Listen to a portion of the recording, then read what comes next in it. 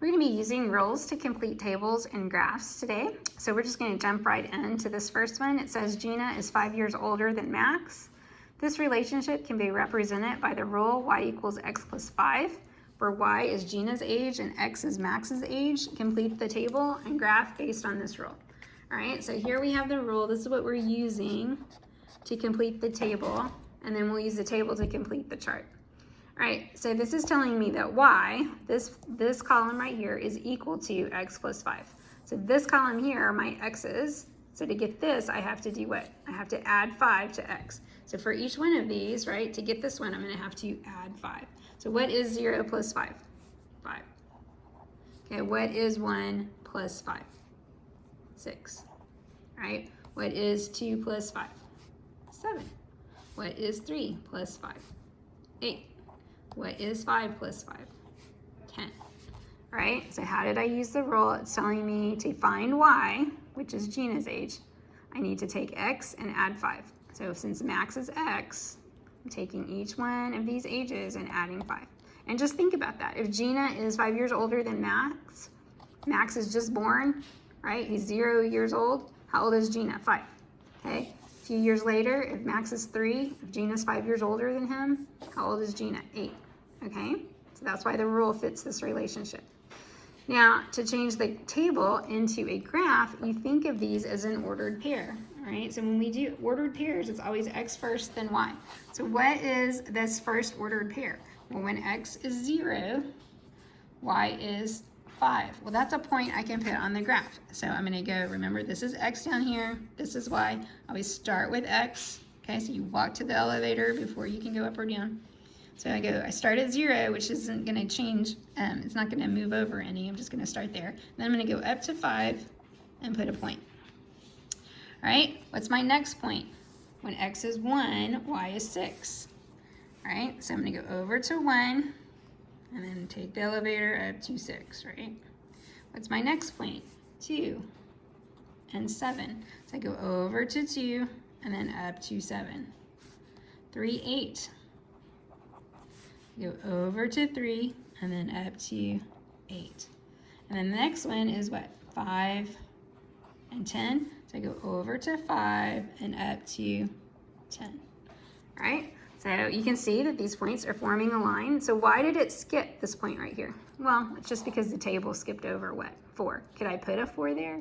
Yeah. If he's 4 years old, how old is Gina? 9.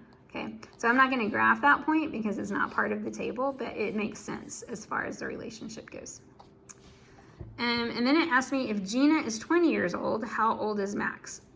So now we're talking about Gina. So that's this column over here. So if Gina is 20, if I'm thinking about my columns here, if this number is 20, then how do I find this number over here? Gina's always 5 years older than Max. So if Gina's 20, Max is younger. How much younger? 5 years. So you do the opposite, right? If I'm going from y to x, instead of adding 5, I subtract 5. The 20 minus 5 would be 15. Max is 15 years old. Number 2, it says the cars in a manufacturing plant all have 4 tires. Number of tires y can be represented by the rule y equals 4x, where x is the number of cars. Complete the table and graph based on this rule. So this is the rule I want to use. It's telling me when I have a number next to the x, that's telling me to multiply. I'm multiplying 4 times whatever x is. So in this case, x is not standing for multiplication. I had an x up here, right? This didn't mean multiply, it meant Max's age. Here, x just means how many cars there are. The 4 in front of the x is telling me to multiply 4 times however many cars there are. All right, so think about that. If there are 0 cars, how many tires are you gonna have? Well, 0. And if I do 0 times 4, okay, which is what the rule is telling me to do, now I'm going to use the dot for times because that's going to be a little less confusing than the x. What is 0 times 4? 0. 0 cars, 0 tires. Okay, if I have 1 car, how many tires should I have? 4. Is 1 times 4 equal to 4? Yes. Okay, so this is why the rule works. If I have 2 cars, how many tires am I going to have? Well, I need to multiply 2 times 4. What is 2 times 4? 8. If I have 3 cars, how many tires? Do 3 times 4, which is 12. 4 cars. 4 times 4, what do I get? 16. All right, so just like before, I'm going to turn each one of these into a point. So this is the point 0, 0. So where is 0, 0 on this graph? Well, x is 0 and y is 0. That's just right here in the corner. The next point would be 1, 4. So I go over to 1 and I go up to 4. That's my next point. The next point is 2, 8. So when I have 2 cars, go over to 2, I'm going to have 8 tires. So here I can even label the graph. I have cars here and I have tires here. 2 cars, 1 tire. I'm sorry, 2 cars, 8 tires. Next point is 3, 12. So I go over to 3 and up to 12. And then 4, 16. If I go over to 4 and up to 16, actually 16 didn't make it on the graph, but I can kind of guess where it would be. It's right there. Okay, so if there are 200 tires in the manufacturing plant, how many cars are there?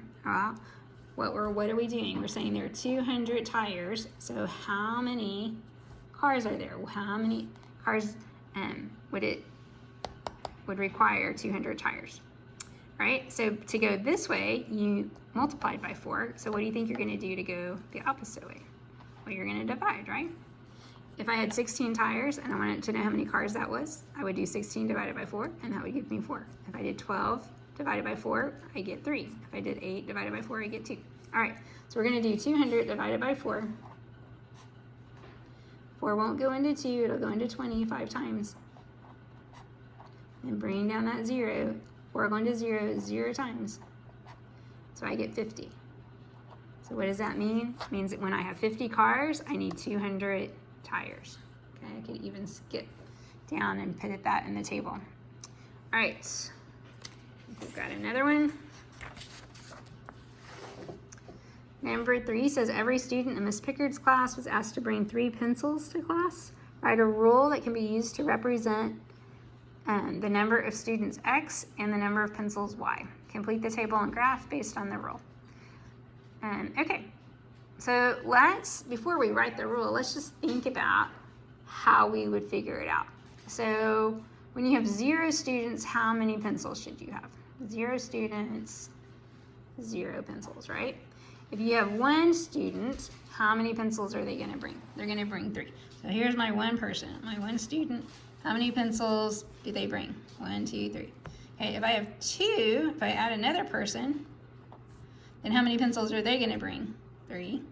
So how many pencils do I have now? So 1 person, I had 3. 2 people, I have 1, 2, 3, 4, 5, 6. Now I have 6 pencils. Okay, if I add a 3rd person, how many pencils are they going to bring? Well, they're going to bring 3 more, but how many pencils do I have total? 3, 6, 9. All right, so how are we doing this? How are we getting from the number of students to the number of pencils? Every time I get a new student, right, this number is being multiplied. What is happening each time? I'm multiplying it times 3.